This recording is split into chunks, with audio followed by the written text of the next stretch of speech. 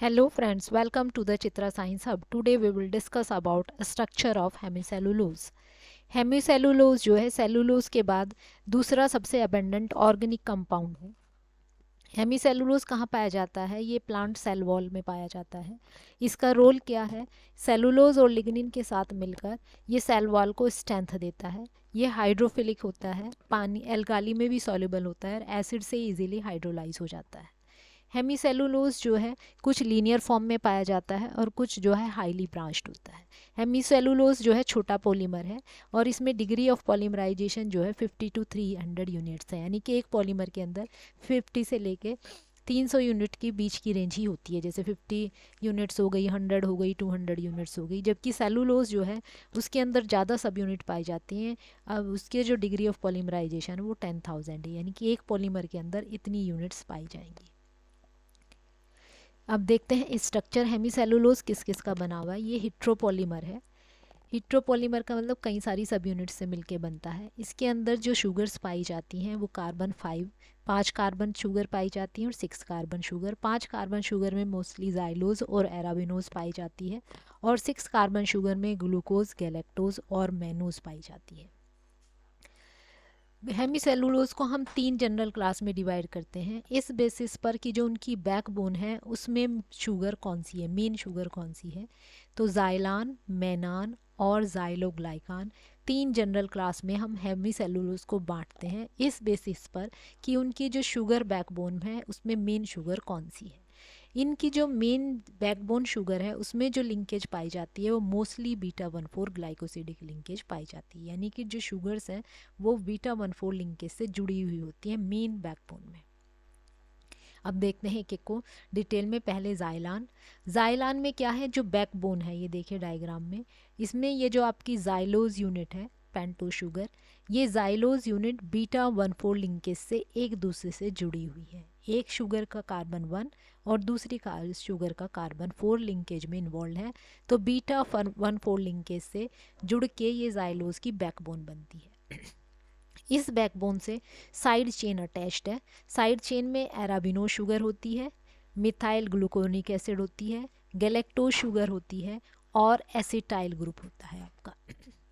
ये जो लिंकेज हैं ये कार्बन 2 या कार्बन 3 से जुड़े हुए होते हैं ऑफ जाइलोज यूनिट। कार्बन 3 से, जैसे कि इस डायग्राम में हमने दिखाया, एराबिनोज जो है वो फुरानोज रिंग पाई जाती है इनमें। तो एराबिनोज शुगर यहाँ कार्बन 3 से जुड़ी हुई है और एराबिनोज की यहाँ पर 1 कार्बन इन्वॉल्व है इन लिंकेज में और जाइलोज का 3 कार्बन। तो हमने दी लिंकेज अल्फा 1,3 लिंकेज से। ये एराबिनोज जो शुगर है वो इस बैकबोन से जुड़ी हुई है। इसी तरह मिथाइल ग्लूकोनिक एसिड जो है इसका कार्बन 1 और जाइलोज यूनिट का आपका कार्बन 2 इस लिंकेज में इन्वॉल्व है। तो हमने इसका लिंकेज को कहा अल्फा 1,2 लिंकेज। तो जाइलान में मेन बैकबोन होगी जाइलोज यूनिट की और उसके साथ साइड चेन अटैच्ड होगी एराबिनो शुगर की, ग्लूकोरोनिक एसिड की, गैलेक्टोज शुगर की और एसिटाइल ग्रुप। ये देखिए यहाँ पर ये एसिटाइल ग्रुप यहाँ पर लगा हुआ है। अब देखते हैं दूसरा हेमीसेलुलोज मेनान में क्या है, जो आपकी ये बैकबोन है, ये बैकबोन में मैनो शुगर एक दूसरे से बीटा 1,4 लिंकेज से जुड़ी हुई होती है इन मोस्ट ऑफ द मेनान। कुछ मेनान्स में क्या है, ये जो बैकबोन है इसमें मैनोज के साथ साथ ग्लूकोज यूनिट्स भी पाई जाती हैं इन 32 to 50% मेनान्स। मेनान आपके 4 तरह के होते हैं, एक लीनियर मेनान, एक ग्लूकोमेनान, एक गैलेक्टोमेनान और एक गैलेक्टोग्लूकोमेनान। लीनियर मेनान में क्या है, मैनोज यूनिट जो है वो बीटा 1,4 लिंकेज से जुड़ी हुई होती है। ग्लूकोमेनान में क्या है, जो बैकबोन है वो मैनो शुगर की होगी, उसमें बीच बीच में आपकी ग्लूकोज यूनिट्स भी होंगी बैकबोन में। जैसे ग्लूकोज यूनिट है, ये मेनान है, ग्लूकोज है, मेनान है, मेनान है। तो बैकबोन जो होगी उसमें मैनोज के साथ साथ ग्लूकोज यूनिट्स भी होती है। अब देखते हैं गैलेक्टोमेनान और ग्लूकोगैलेक्टोमेनान। गैलेक्टोमेनान में क्या है, ये जो मैनोज यूनिट्स हैं ये एक दूसरे से बीटा 1,4 लिंकेज से जुड़ी हुई होंगी और मैनोज के जो 6th कार्बन है उससे हमने गैलेक्टोज यूनिट जुड़ी हुई है। गैलेक्टोज का कार्बन 1 और मैनोज का कार्बन 6, तो अल्फा 1,6 लिंकेज से गैलेक्टोज शुगर जो है वो हम मैनोज से जोड़ देते हैं, तो बनता है गैलेक्टोमेनान। अब ग्लूकोगैलेक्टोमेनान में क्या है, जो ये बैकबोन है ये बैकबोन ग्लूकोज और मैनोज की होगी और मैनोज के कार्बन 6 से हम गैलेक्टोज जोड़ेंगे और जो सेकंड कार्बन है उस पर कुछ मैनोज में एसिटाइल ग्रुप भी जुड़ा हुआ होगा। तो गैलेक्टो ग्लूकोमेनान में क्या है, बैकबोन जो होगी वो मैनोज प्लस ग्लूकोज की होगी और गैलेक्टोज जो है वो अल्फा 16 लिंकेज से मैनोज से जुड़ा हुआ होगा।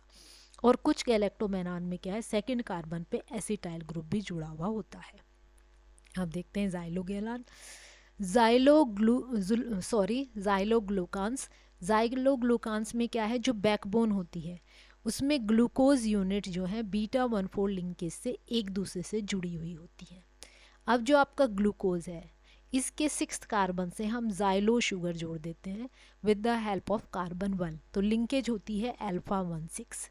तो बैकबोन होगी पहले ग्लूकोज यूनिट्स की, उससे जुड़ा हुआ हो गया आपकी जाइलो शुगर।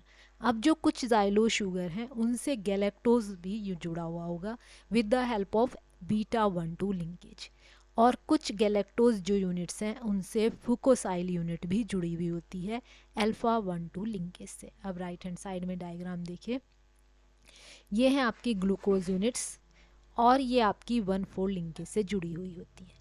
एक चीज़ देखिए, इस वाली शुगर में लिंकेज यहाँ है और इस वाली में लिंकेज यहाँ है।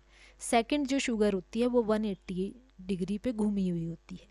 इसमें देखिए ऑक्सीजन ऊपर है, इसमें ऑक्सीजन नीचे है, तो ये वाली शुगर से नेक्स्ट शुगर 180 डिग्री घूमी हुई होती है।